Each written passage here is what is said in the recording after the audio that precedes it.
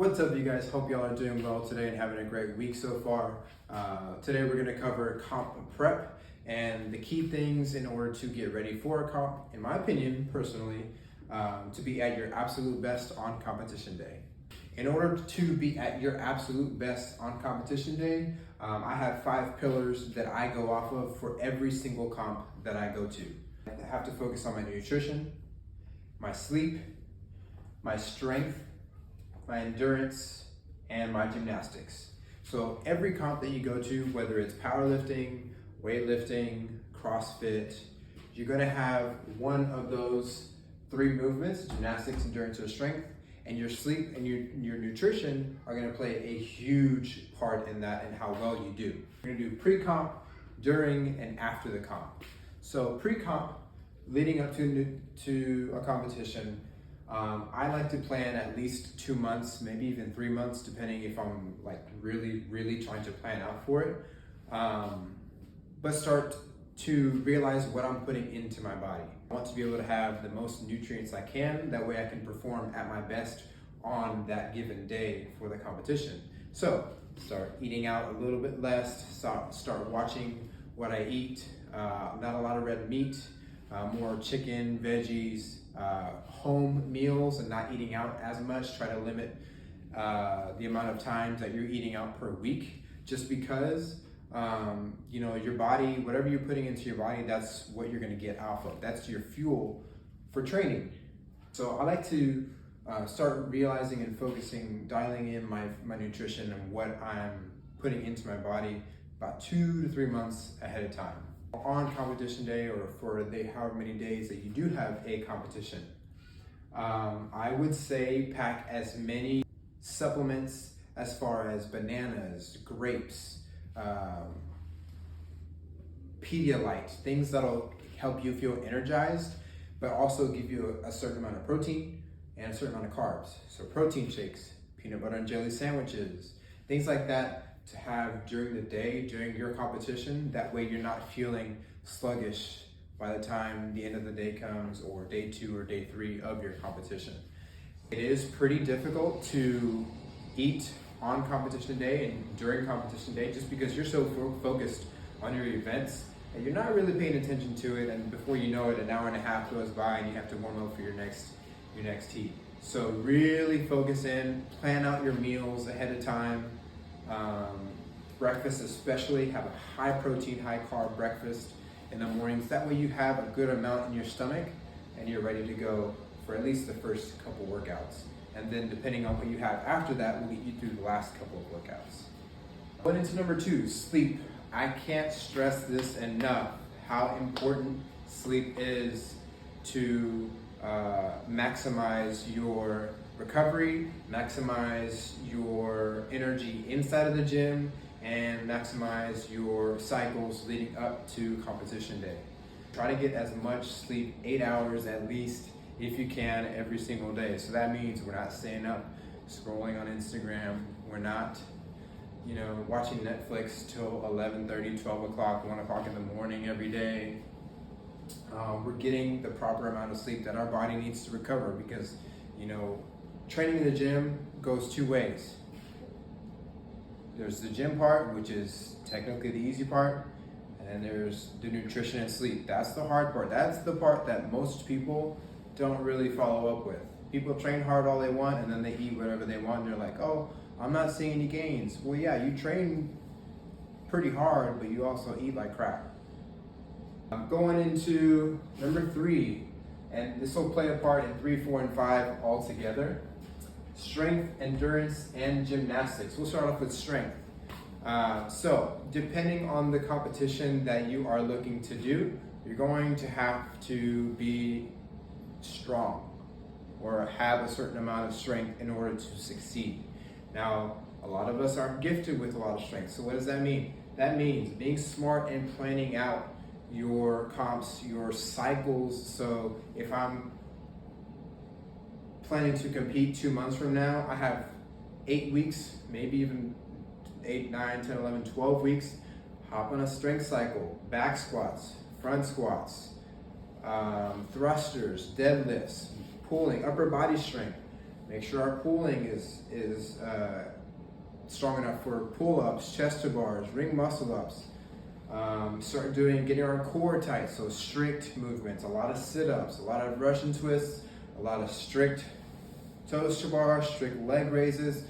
Just try to get our overall strength as high as it possibly can. Just because on competition day, you don't know what you're about to get hit with. Some comps, they give you your workouts the week before. Some comps, they give you your workouts a month before. You never know. You also know your weaknesses, right? So if I'm good at snatching and I'm not so good at clean and jerks, then going into a workout, you start being able to pick out your paces, which will lead into the second part, endurance and pacing. So same thing with endurance. If you are competing 2 months out, you also, while you're working on your strength and hopping on these strength cycles, you also want to start building up your aerobic capacity, running, biking, rowing, things like that. Doing burpees, a lot of burpees, just to get that cardio up, all right? So you want to get to the point where the competition releases a workout, 8-minute workout, and you're like, oh, I can push for 8 minutes. That is no problem. The bad thing is if you sign up for a competition and then you're a month out and they release a workout that is 15 minutes and you're like, uh-oh, I don't know if I'm gonna do well in this. I haven't been working out for 15 minutes or longer. I haven't been pacing my cardio, things like that. And so those triggers start going off in your head thinking, will I be able to do this? How fast will I be able to go? Because in CrossFit, we all know that how fast you go is ultimately 90% of who's gonna win. Yes, strength plays a part.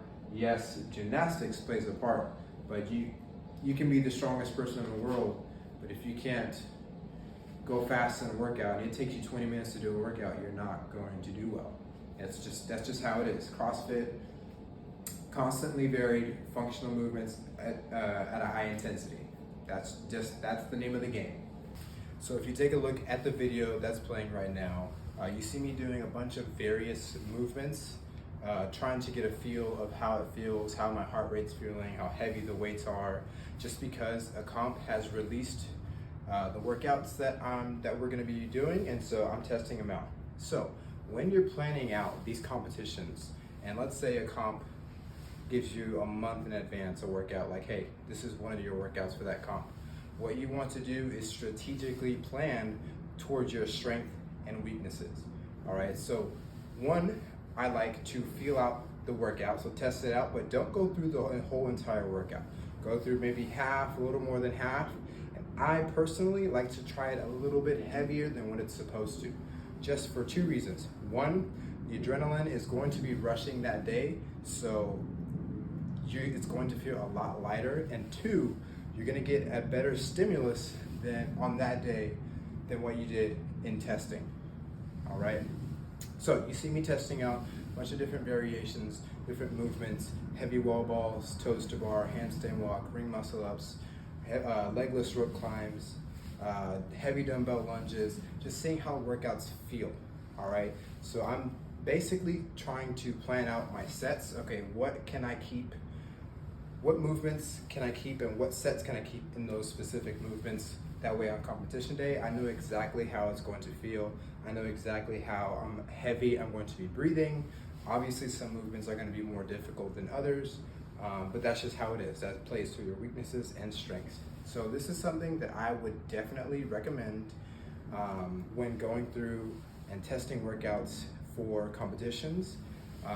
Play it to your strengths and weaknesses, okay? If I can do this, all right, I'll push here and really kind of lay back on this movement just because it takes me a little bit more time, or vice versa.